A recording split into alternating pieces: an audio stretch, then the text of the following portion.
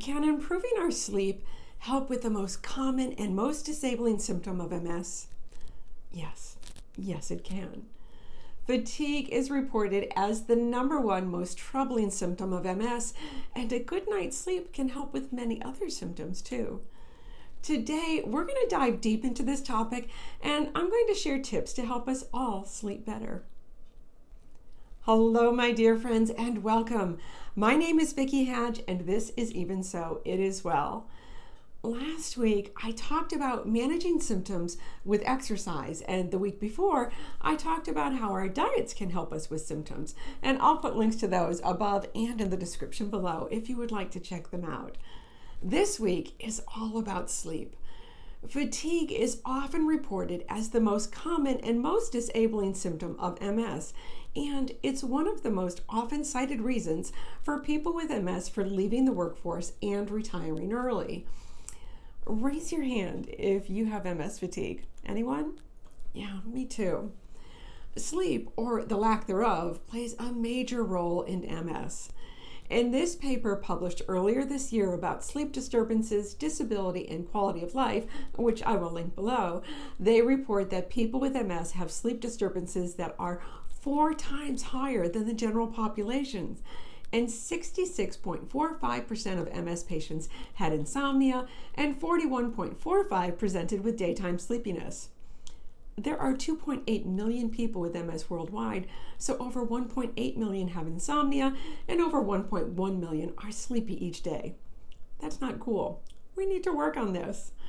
The paper goes on to share that insomnia and daytime sleepiness significantly affects our quality of life. Our bodies need to sleep to regenerate and heal. One of my favorite books on this topic is Why We Sleep by Matthew Walker. In his book, he shares a lot of information and research on how lack of sleep affects us, including impairing our memories, hello cog fog, contributing to plaques building up in our brains, and negatively affecting how our immune systems work. I will put a link to his book in the description below if you'd like to check it out. Getting less than 6 hours of sleep each night can interfere with our oligodendrocyte functions, including myelination and proliferation of new and immature oligodendrocytes. Oligodendrocytes. They are the myelinating cells of our central nervous system. They are the ones that help wrap our nerves in myelin and repair myelin. So anything that we can do to protect them and promote new ones, it's a good thing. There are other MS symptoms that sleep disturbances can affect as well, like pain, depression, and fatigue. And too little sleep is associated with stress, psychological strain and suffering, as well as impairment in social, occupational, and other important areas of functioning. It is also linked to impaired cognitive functions, especially attention, working memory, visual memory, verbal memory, and processing speed. And people with MS report higher levels of subjective cognitive problems. Well, no wonder we're leaving the workforce and retiring early. That's a lot to deal with. So, what's the cause of these sleep disturbances? Many things. Insomnia, restless legs, side effects of medication, pain, having to get up to go to the bathroom, anxiety, depression. It's a lot. The most common is insomnia, which includes difficulty falling asleep, difficulty staying asleep, or early morning waking and not being able to go back to sleep. Do any of you experience these? Let me know in the comments below. This paper also goes on to say that this insomnia can also lead to mood disturbances. This one I can totally relate to. Yeah, believe it or not, I'm not always in a good mood. I get really cranky when I'm tired, sleepy, or fatigued. I can be like a child that's missed nap time.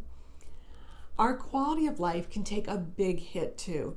It can interfere with our ability to work, pursue leisurely activities, and perform daily life tasks. And it can be a significant predictor of the changes in our disability status. And that's not all.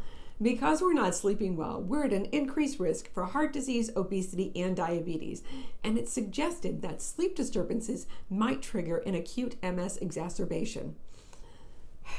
Yes, MS. It's the disease that keeps on giving. Okay, enough with the bad news. Let's turn this around and talk about the flip side. If we improve our sleep, we can decrease symptoms like fatigue, pain, memory problems, and cog fog, and we can improve our quality of life and keep our oligodendrocytes happy and plentiful. When we sleep, our bodies go through different sleep cycles. We go from light to deep sleep, then back to light, into REM sleep, rapid eye movement sleep, and it fluctuates all night. It's normal to wake up at night too. We may not remember waking up, but it can happen several times a night. Each cycle of sleep is important. REM sleep is important for mood and memory. Light sleep restores mental and physical well-being, and deep sleep is important to physical recovery, memory, and learning. It's very restorative sleep. When we sleep, so many good things can happen. Cellular growth and tissue repair, immune system repair, fighting inflammation, balancing hormones, and removal of waste products and plaques, and strengthening of our memory. Getting good sleep is a challenge though, right? But there are a number of things that we can do to improve our sleep. Here are 10 tips that may help improve our sleep. Number 1, have a set sleep schedule. Be consistent with bedtime and wake time. Number 2, dim the lights in the evening. After dinner, start to turn off lights or turn down lights in the house. This will signal our brains it's almost time to sleep. Number 3, don't use screens too close to bedtime. The blue light from the screens on our devices signals our brains to be awake and alert. If you can, use blue light blocking glasses. Number 4, no screens in the bedroom either. The bedroom should be for sleeping or sex only. Our brains will get into the habit of going to sleep when we get into bed if we make it a habit to only sleep there and not do other activities like watching TV or scrolling on our phones. Number 5, turn down the temperature. Keeping our bedrooms a bit cooler will help our bodies fall asleep and stay asleep.